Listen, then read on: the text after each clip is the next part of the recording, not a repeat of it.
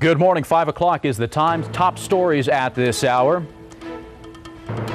Well, first we'll begin with a Muni accident this morning. Well, it happened yesterday, but this morning, obviously, questions still left to be answered. What happened here that caused two trolleys to collide into an SUV? 6 people injured.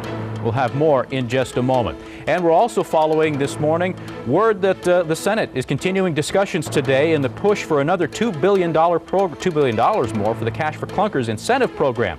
The measure has picked up some support, but others remain skeptical. We'll tell you why. And hundreds of post offices across the country shutting down, including right here in the Bay Area. We'll tell you why in just a moment. We're also following the weather as well. We've got another cool start here in San Francisco, a live picture of the Golden Gate Bridge, where again, the traffic is light, the clouds are there, and again, the temperatures will be on the cool side. Drew Harmon following it all from the Weather Center. Good morning, Drew.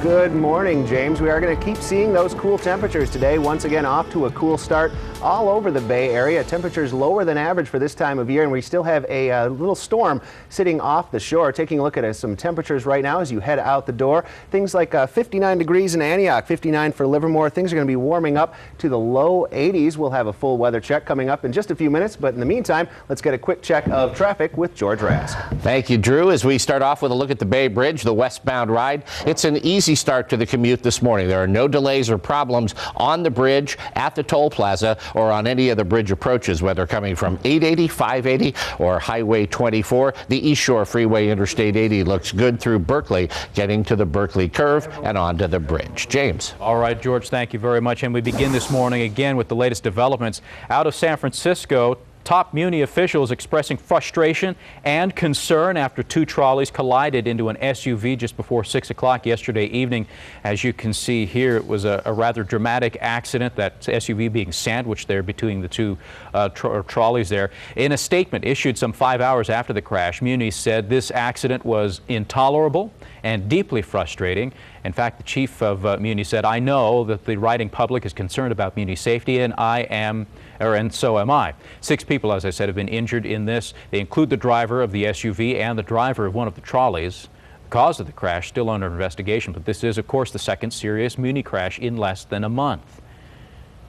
And we'll be following this, of course, throughout the morning as soon as we find out more details. But this is that Muni crash back on July 18th when we had that Muni rail car crash into the West Portal station there, slamming into the back of another one. You saw a lot of folks there being treated at the scene, a lot of them being put on stretchers, and there you see the one trolley car the one rail car that slammed in the back of the other one. The driver of that rail car taken to the hospital. He apparently, according to witnesses, blacked out moments before the crash.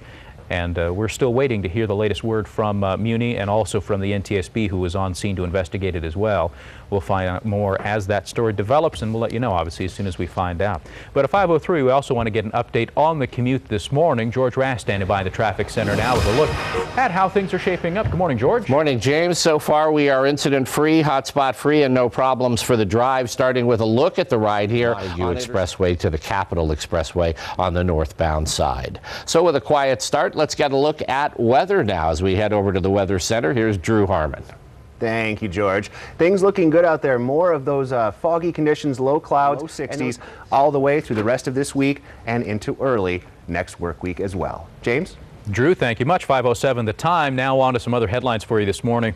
Senate Democrats have been trying to arm wrestle with Republicans to get the Cash for Clunkers program up and running again. They'll be talking this morning. The discussions were expected to continue today about that $2 billion of extra money, the extension basically for that very popular up to this point Cash for Clunkers auto rebate program. Senate Democrats are struggling right now to win over enough reluctant Republicans, we should say, to approve the program, which was picking up support from 3 lawmakers who had reservations about fuel efficiency vehicles at the beginning, but now say they're on board with it. The data released by the administration shows the new vehicles purchased under the program were 61% more fuel efficient than the ones they were trading in. So they're saying this is definitely a good thing for the environment.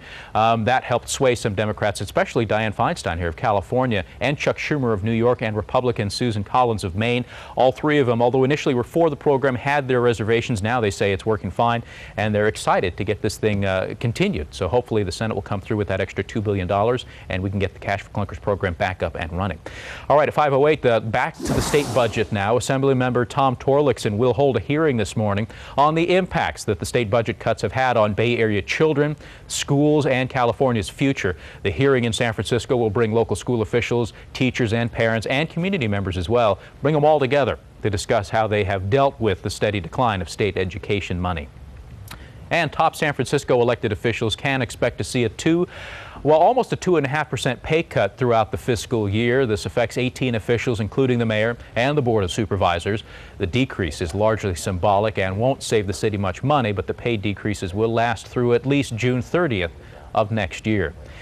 And financial losses are forcing the U.S. Postal Service now to consider closing or combining nearly 700 facilities.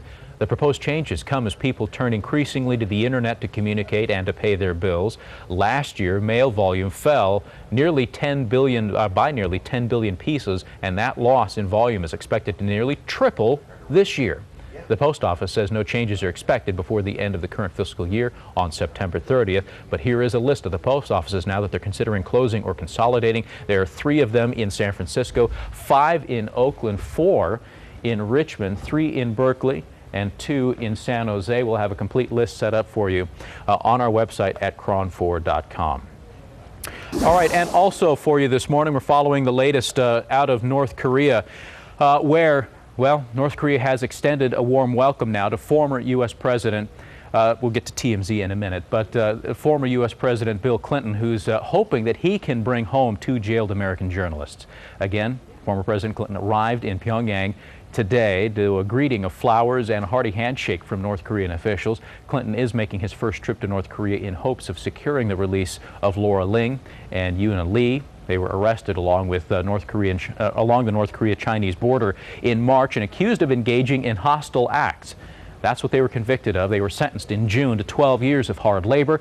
The U.S. and North Korea do not have diplomatic relations, but officials are working behind the scenes, we understand, to negotiate their release. And at some point this morning, we get word that former President Clinton did, in fact, secure their release. We will let you know. All right, the time is now 5:11. We're going to take a quick break here, but we'll be back with more in just a moment. So stay with us. The KRON 4 Morning News will continue in just 3 minutes.